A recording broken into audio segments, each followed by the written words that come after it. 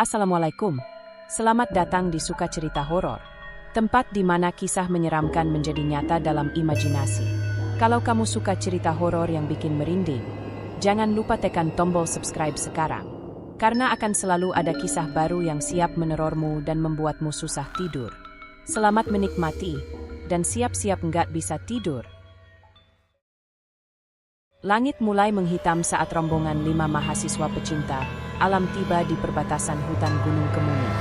Mereka adalah Bima, Lita, Rizal, Dinda, dan Andre.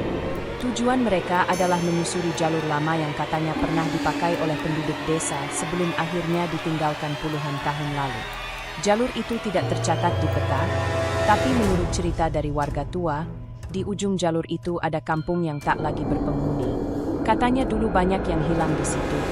Bisik pemilik warung terakhir yang mereka lewati sebelum masuk hutan. Bima tertawa kecil, pura-pura tidak peduli. Tapi langkahnya sedikit ragu. Mereka tetap memutuskan melanjutkan perjalanan. Kompas di tangan Andre menunjukkan arah utara. Namun saat mereka melangkah lebih dalam, jarum kompas mulai berputar sendiri. Kabut turun tiba-tiba. Pekat, dingin, dan berat. Udara menjadi hening. Tidak ada suara burung. Tidak ada gemerisik angin. Seolah hutan ikut menahan napas. Rizal mulai panik. Ia merasa ada yang mengikuti mereka sejak tadi. Suara ranting patah di belakang, tapi ketika menoleh, tak ada apapun. Dinda merapat ke Lita, dan tangan mereka saling menggenggam erat. Beberapa jam berlalu, mereka tersesat. Arah matahari tak bisa lagi dipastikan. Tiba-tiba, di balik kabut yang menggantung rendah, terlihat sebuah gapura batu tua, berlumut, dan hampir roboh. Di atasnya terukir tulisan aksara yang tak mereka mengerti. Tapi satu hal yang aneh, di sisi kiri gapura, ada barisan sesajen yang masih segar. Bunga kenanga, kemenyan yang masih membara, dan kepala ayam hitam yang baru dipotong. "Ini kampung?" tanya Lita lirih. Tanpa sadar, mereka semua melangkah masuk. Setelah melewati gapura itu, kabut perlahan menghilang. Di hadapan mereka terbentang jalan setapak dari tanah merah yang membelah sawah luas. Tapi tidak ada orang, tidak ada suara. Hanya barisan rumah-rumah tua beratap ijuk, jendela tertutup, dan pintu yang sedikit terbuka seolah mengundang masuk. Bima mengambil langkah pertama. Begitu kakinya menginjak jalan kampung itu, suara gamelan tiba-tiba terdengar dari kejauhan. Pelan, melodi yang tak dikenal. Mencekam, nafas Dinda tercekat.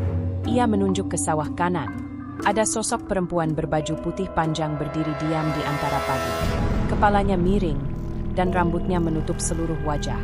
Sosok itu tidak bergerak. Tapi saat Lita berkedip, sosok itu sudah berada jauh lebih dekat. Masih dengan posisi tubuh yang sama. Tanpa suara, tanpa gerakan. Andre mencoba mundur, tapi di belakang mereka, gapura sudah tidak ada. Kabut kembali menggulung. Mereka tidak sadar bahwa mereka baru saja melangkah ke tempat yang tidak mengenal waktu, tidak mengenal logika. Kampung itu telah menelan mereka. Langkah kaki mereka pelan, berat, seolah tanah kampung itu menarik mereka masuk lebih dalam. Rumah-rumah tua berjejer rapi di kanan kiri jalan, tapi tidak satu pun menunjukkan tanda kehidupan. Angin berhembus aneh, membawa aroma wangi menyengat seperti bunga bangkai yang busuk dan lupa terbakar bersamaan. Tiba-tiba, dari salah satu rumah, daun pintu bergeser. Suara deritnya panjang dan menyiksa telinga. Seorang lelaki tua keluar. Wajahnya pucat, matanya kosong menatap lurus. Dan yang paling mengerikan, ia tidak berkedip. Mulutnya bergerak pelan. "Selamat datang, sudah lama kami menunggu." Rizal melangkah mundur, tubuhnya gemetar. "Kita harus pergi dari sini sekarang juga," bisiknya. Tapi tak ada jalan kembali. Di belakang mereka, jalan yang tadi dilalui kini berubah menjadi deretan pohon-pohon besar, dengan akar menjulur seperti tangan makhluk mati. Gapura hilang, arah pun lenyap. Mereka memutuskan mencari tempat berteduh. Rumah besar di tengah kampung menarik perhatian mereka. Halamannya dipenuhi sesajen dan payung-payung robek yang tertancap di tanah. Di dalamnya, ruangan gelap dengan bau apek menyambut mereka. Tapi yang membuat semuanya makin aneh, di tengah rumah itu tergantung puluhan cermin berukuran besar. Semuanya menghadap ke arah berbeda. beberapa bahkan pecah setengah. Dinda berdiri di depan salah satu cermin. Saat ia menatap bayangannya, sosok dirinya di cermin tersenyum. Tapi Dinda tidak. Ia langsung menjerit dan mundur. Ada yang senyum balik ke Mul, teriaknya panik. Mereka semua melihat ke cermin. Dan di setiap cermin, bayangan mereka tampak bergerak berbeda.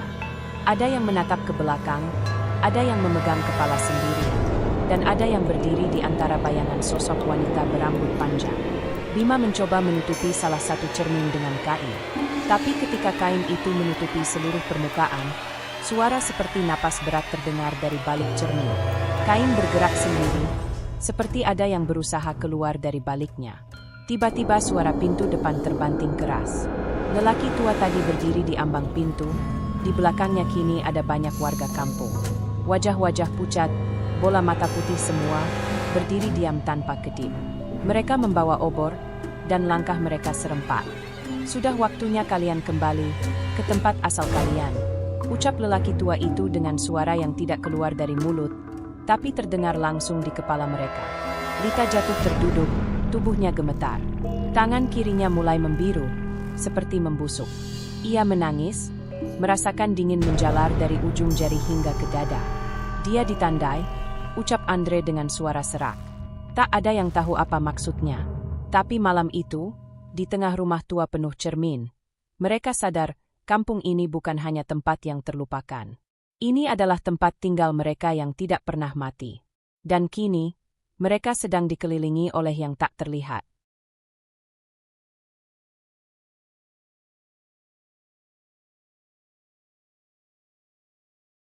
Malam turun begitu cepat. Bulan tertutup awan tebal, dan lampu-lampu minyak di kampung itu menyala sendiri. Tidak ada yang tahu dari mana api itu datang.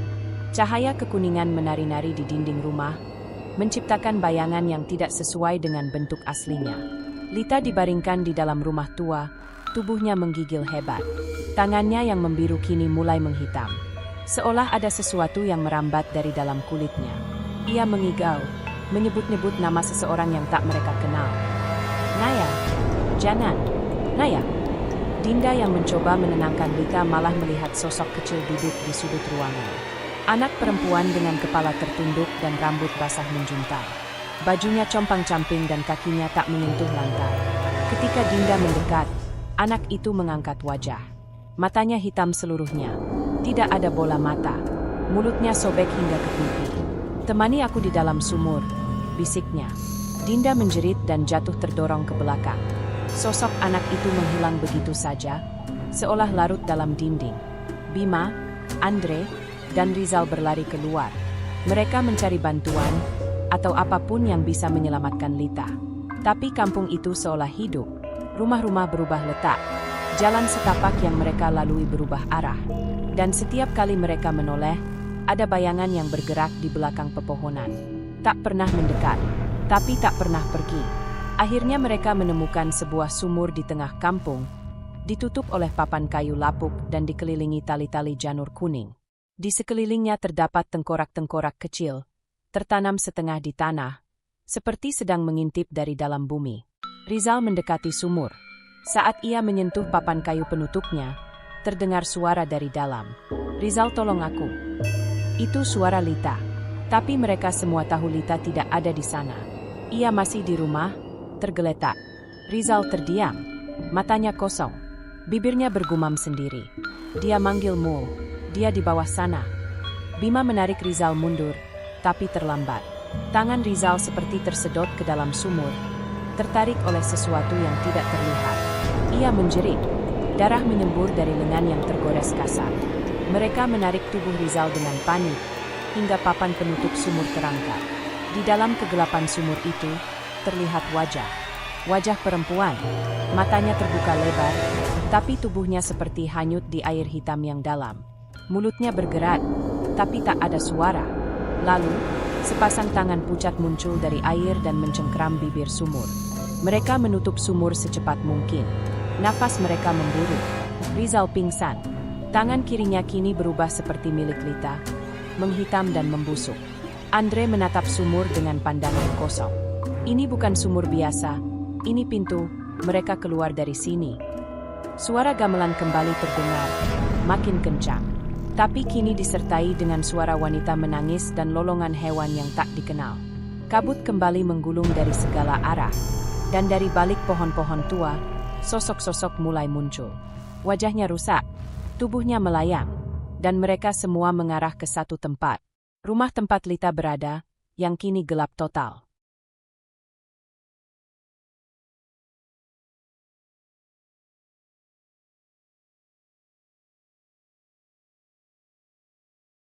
Rumah tempat Lita terbaring kini dikelilingi oleh kabut pekat. Angin tidak berhembus, tapi daun-daun beterbangan seperti ditiup kekuatan yang tidak terlihat. Dari luar, suara jeritan Lita terdengar menembus malam. Tapi saat Bima, Andre, dan Dinda kembali ke rumah itu, keheningan menyambut. Pintu rumah terbuka perlahan, menimbulkan suara decit panjang yang menggores telinga. Di dalam ruangan, Lita sudah tidak ada. Namun jejak darah berwarna hitam mengarah ke belakang rumah, menuju sebuah pintu kecil yang sebelumnya tidak ada. Pintu kayu itu penuh coretan simbol kuno yang seperti menyerang sendiri dalam bayangan. Dinda menempelkan telinganya ke pintu. Dari dalam, terdengar suara-suara lirih, doa dalam bahasa aneh, suara tangis perempuan, dan bisikan-bisikan yang menyeru nama mereka satu persatu. "Aku gak mau masuk," bisik Dinda. Tapi pintu itu terbuka sendiri, perlahan, memperlihatkan lorong sempit yang menurun ke bawah tanah. Bima menyalakan senter, tapi cahaya tidak bisa menembus lebih dari beberapa meter. Dinding lorong itu seperti menyerap cahaya. Saat mereka melangkah masuk, suhu turun drastis. Nafas mereka terlihat di udara. Bau busuk seperti bangkai yang diawetkan selama bertahun-tahun memenuhi lorong. Di ujung lorong, mereka tiba di sebuah ruangan bawah tanah. Di sana, dindingnya dipenuhi dengan foto-foto kuno yang dipaku langsung ke batu. Wajah-wajah dalam foto itu seperti melihat langsung ke arah mereka. Wajah-wajah anak muda. Beberapa tampak seperti diambil diam-diam, dalam posisi sedang tertidur. Dan salah satunya, "Ini, aku," ucap Andre pelan. Foto Andre tergantung di sana. Wajahnya pucat, matanya tertutup, seperti orang mati. Tapi bajunya sama persis dengan yang ia pakai saat itu. Tiba-tiba, lampu senter berkedip. Dan dalam sekejap cahaya, mereka melihat puluhan sosok berdiri diam di sudut ruangan. Sosok-sosok hancur, wajah meleleh, tangan penuh luka bakar, dan mata yang kosong. Mereka tidak bergerak, tapi jelas, mereka melihat. Salah satu dari mereka adalah Lita. Tubuhnya melayang, dan matanya terbuka lebar. Tapi ia bukan lagi Lita. Mulutnya bergetar, dan suara yang keluar bukan suaranya. "Dia sudah milik kami, satu masuk, satu keluar." Dari lantai ruangan, muncul lingkaran bercahaya merah. Simbol-simbol kuno mulai menyala, membentuk pola seperti perangkap. Rizal, yang sebelumnya tak sadarkan diri, kini berjalan ke tengah lingkaran, tubuhnya kaku seperti boneka. "Dia dipanggil, dia bagian dari perjanjian," ucap Lita yang dirasuki itu. Bima mencoba menarik Rizal, tapi tubuhnya tidak bisa digerakkan. Seolah ada kekuatan tak kasat mata yang menahannya. Dinda mulai menangis, tapi suaranya tenggelam dalam denting suara gamelan yang kembali menggema, kini lebih cepat, seperti tengah mengiringi sebuah ritual. Sosok-sosok di sudut mulai bergerak, perlahan. Mereka berjalan tanpa suara. Semakin dekat, semakin menyesakkan. Dari bayang-bayang dinding, muncul sosok tinggi mengenakan jubah hitam. Wajahnya tidak terlihat, hanya dua cahaya merah menyala dari dalam kerudungnya. Ia menunjuk ke arah Andre. "Kau, pengganti berikutnya." Andre berteriak, tapi suaranya lenyap, seperti disedot ke dalam kegelapan. Ruangan itu hidup, berdenyut seperti organ raksasa yang lapar. Mereka semua kini sadar, ini bukan sekadar kampung mati. Ini adalah penjara arwah. Dan mereka sedang berada di tengah-tengah upacara yang tidak pernah berhenti sejak puluhan tahun lalu.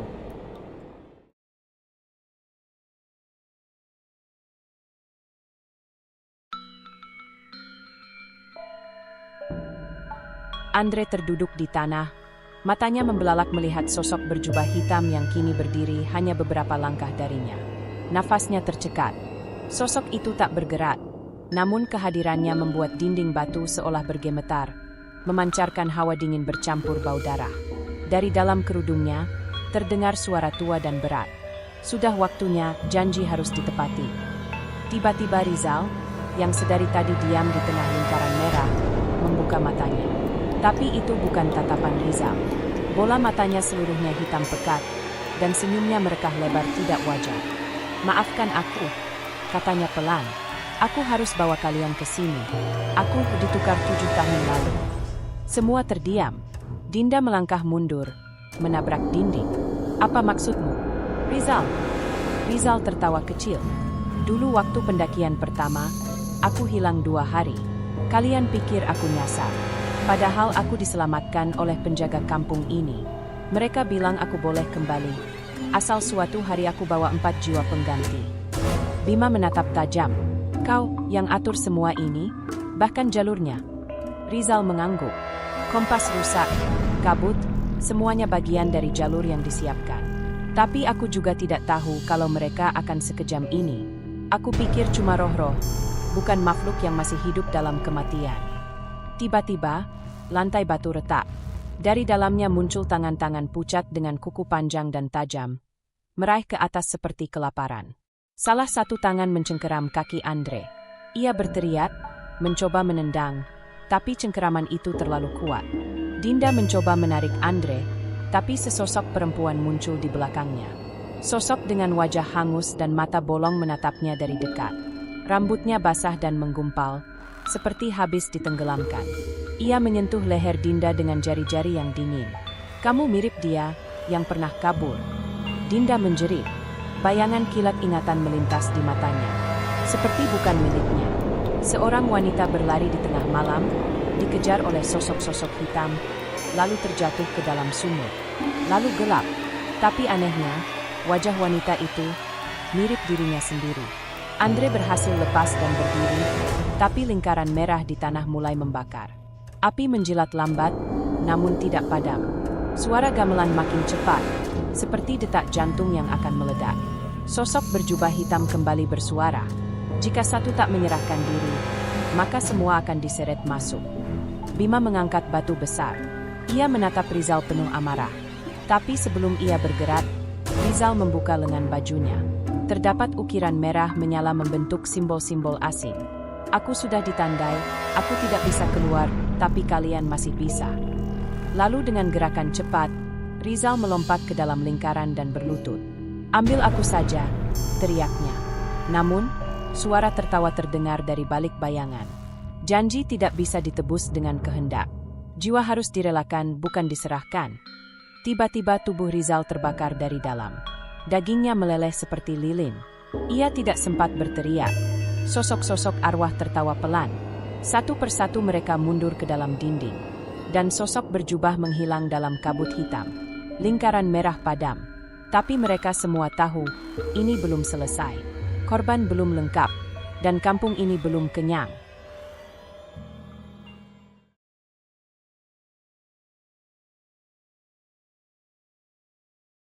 Kabut menelan suara.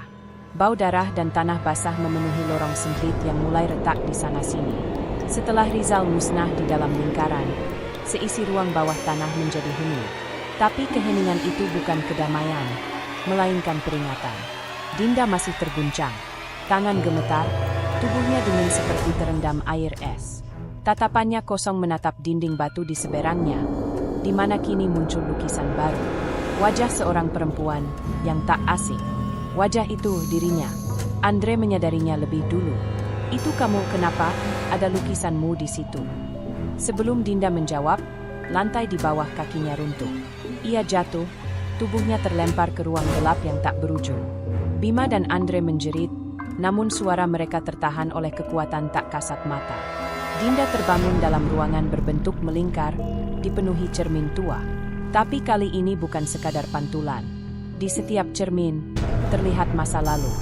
Dalam satu cermin, seorang wanita sedang diburu oleh warga kampung. Ia dituduh sebagai pelanggar, pencuri anak jin. Ia menjerit, namun tidak ada yang percaya. Ia diseret, dilempar ke dalam sumur, dan dikunci selamanya. Wajah wanita itu, Dinda. Dinda mendekat ke salah satu cermin. Bayangan dalam cermin mengikuti gerakannya. Namun, Saat Dinda berhenti, bayangan itu tetap melangkah. Lalu berhenti di depan cermin lain dan menunjuk. Cermin itu memperlihatkan sesosok bayi, diletakkan di depan gerbang kampung oleh seorang lelaki tua yang menangis. Lalu terdengar suara dari balik cermin. Suara yang sangat dalam, seolah datang dari dasar bumi. Kau bukan manusia biasa, darahmu bagian dari kami. Dinda terhuyung, kepalanya berdenyut. Dalam benaknya muncul kilasan-kilasan aneh. Sosok ayahnya yang ternyata bukan ayah kandung. Suara ibunya yang selalu melarang ia mendekati tempat-tempat sunyi. Dan mimpi-mimpi buruk tentang sumur tua yang sejak kecil menghantuinya. Air mata mengalir. Tapi bukan karena sedih. Karena semuanya mulai masuk akal. Jadi, aku adalah keturunan wanita itu, wanita yang mereka hukum.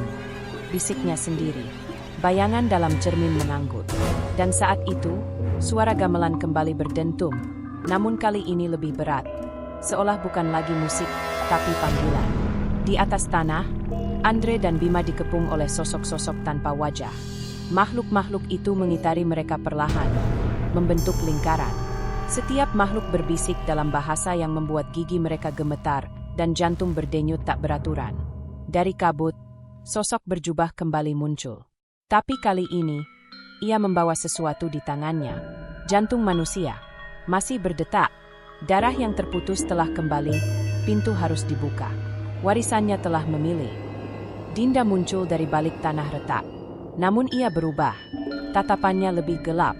Di keningnya, samar terlihat simbol merah menyala. Ia menatap Andre dan Bima, lalu menunduk. Aku tahu sekarang, kenapa kita dibawa ke sini, bukan hanya untuk jadi tumbal. Tapi karena aku adalah kunci. Kabut di sekeliling mereka menipis, memperlihatkan sebuah bangunan batu hitam yang tak terlihat sebelumnya. Bangunan itu tidak bisa ada di dunia manusia. Menara bengkok menjulang ke langit, gerbang dipenuhi tulang manusia, dan atapnya seperti berdarah. Pintu ke dunia mereka telah terbuka.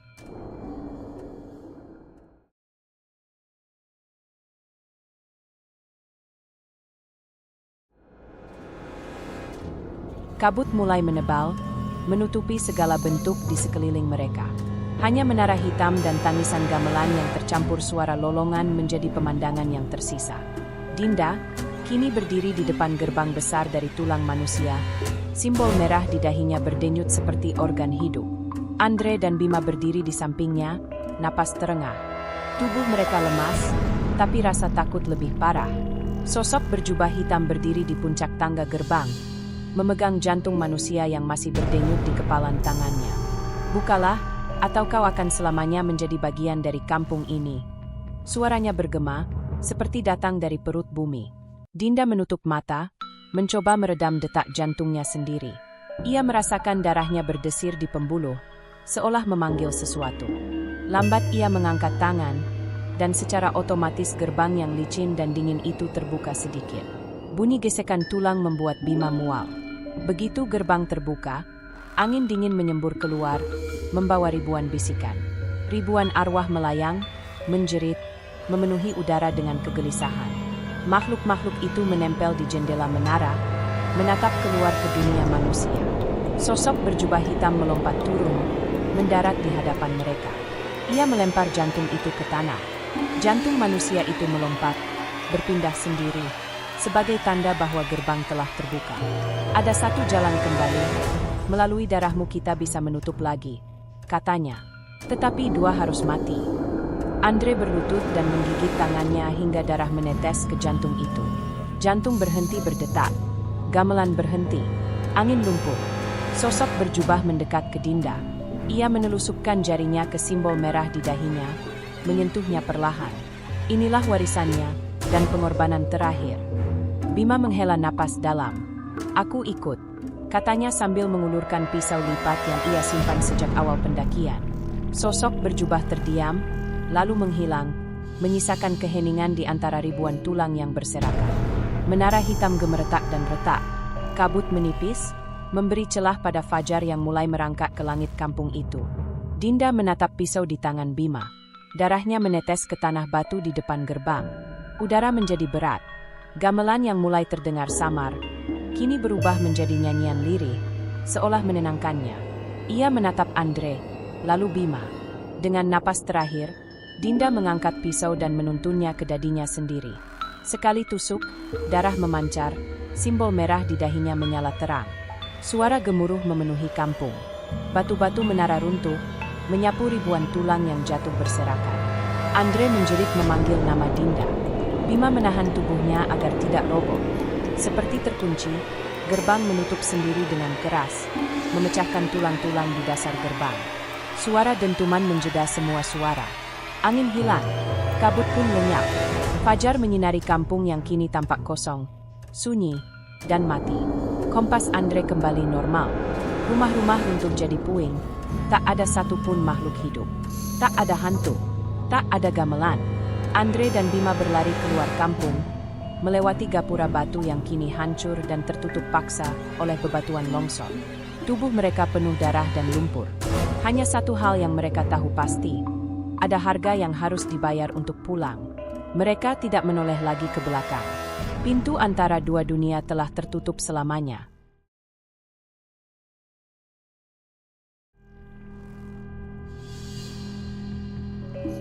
Sekian ceritanya. Kalau kamu masih bisa tidur malam ini, jangan lupa subscribe sebelum yang tak terlihat ikut menonton bersamamu. Terima kasih, dan wassalamualaikum.